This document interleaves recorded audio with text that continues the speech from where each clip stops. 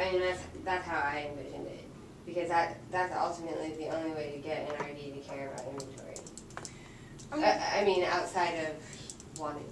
I'm going to pause this here because we're drifting a little bit away from roles and kind of getting into problems, issues, challenges here. So we're going to sort of capture that in our issues and come back to this and what we actually do and what we have control over. Good. To finish off It's a good before topic lunch. though, but maybe not for right now. Yeah, I mean, you can spend hours thinking and philosophizing, you know.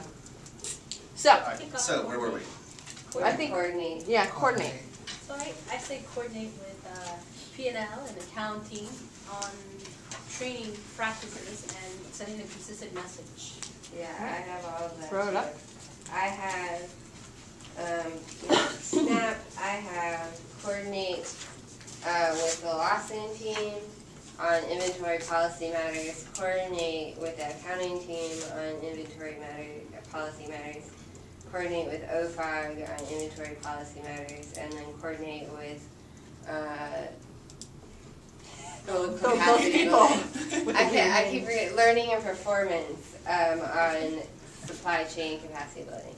Interesting. I would have never thought about OFOG and what do you, performance and learning now? Learning and performance. Learning And all course first. They're not paid That's out. a good point. Anyone have snaps back with that in terms of coordinating with procurement? I'm not saying I do these well, I'm just saying I'm supposed to. Yeah, and I just realised that I didn't put those on there and that they're all very valid things. Yeah, I'm thinking the same thing. But what because I actually, I have to admit, I didn't look at the coordinate bit. I kind of jumped to the support and liaise side. Mm-hmm. And I came up with provide guidance on implementing recommendations, identify control weaknesses, review local manuals. I kind of got a little bit more tactical about it, about the support and the TA side. Mm-hmm. Okay. But as I was writing it, I was thinking, but all these things we do, and it's almost like we start it. Mm-hmm. And then a lot of this is the coordination. So I'm kind of snapping because it's all linked into that. But I also think just through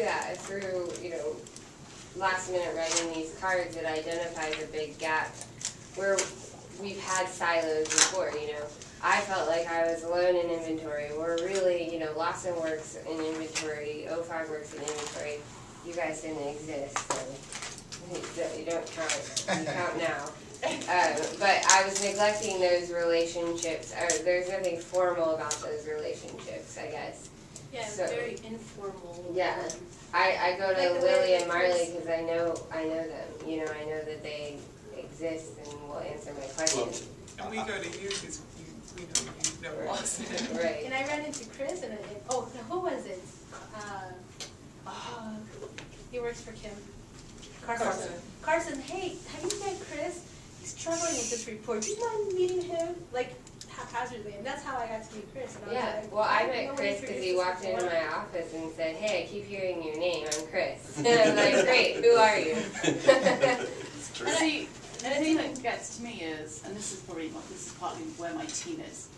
I'm here, my team is everywhere. Mm-hmm. And I can't have you filter everything through me. Right. Okay. So I need to I need to be better at helping you guys know who to talk to. Have a point person. Well, and the thing is, it's not even Maybe it's more about building relationships through video calls on Skype. Yeah, If I've never met someone, it's difficult for me to reach out to them. If I could just have a video call, then I would be much more likely to email that person. I also think it's part of formalizing it. For instance, I should know that every time I write an action plan, I need to send it to the following group of people. Always, every time. Yeah. Every time OFOG gets an approved report, they need to always send it to the following group of people. Or it could be somewhere where it's public. Like we're necessarily to copy everybody. Right. Yeah, What I that just is add publicly available, so Yeah, that people that take the initiative.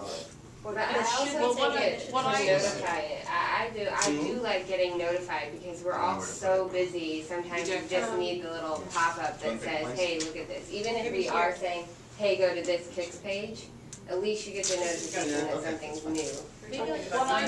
What I consciously have been doing is if I have I mean, so many of my reports have inventory things, but I realised I had started copying Chris on reports that had inventory, and then I realised I haven't been copying you on them. And I realised that like this week. I was like, this is where we've got to fall down, because I'll copy Chris on something if I know there's a lot, like it depends on what it is, but if it tends to be an accounting related inventory thing, I'll add Chris onto the distribution. I should have you just as standard on my I think we should all generally be in the loop, just so we're aware of what's going on, even if there isn't a specific question for me. It's helpful to me to be vaguely aware of what the issues are in each platform, so that when I'm looking at the numbers, you know, Right. I'll look at them in a different light. Other new things will Well, stick out given So information. maybe what we can do is kind of, I'm jumping ahead, aren't I? Well, we can put it in the decision list. Okay, because I was thinking we could all just kind of sit down and write down all the reports that we make, or all the kind of interesting outputs that we have, that could, People that. can sign up for a distribution Yeah, list and for output. exactly, because maybe we just don't know what other people would find interesting, but in fact, I would find that interesting. And that can just help us to, That's a good idea. I think maybe that's another output from today. That would be Yeah. great. It's interesting, I'm starting to see a lot of that just by looking at our roles a little bit, you know. Like with risk assessments or something, I'm assuming there's a document that's sort of tied to that. Well, With assessing. every compliance. OFOG assessment has a report. yeah. If there's a Lawson issue in it, I put Melissa on the list.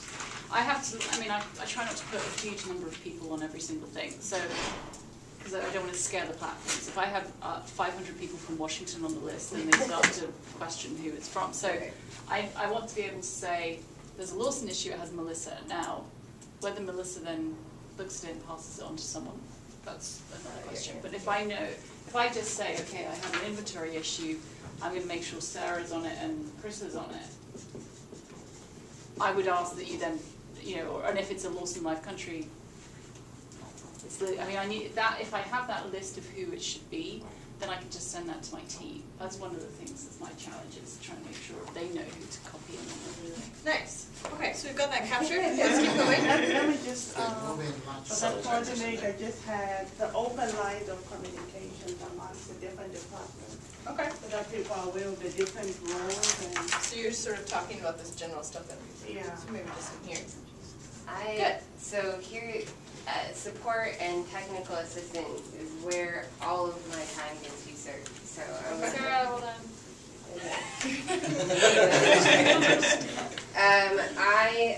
Which is why I never get to do the things I really wanna do, like coordinate and write policies and procedures. Can you help me?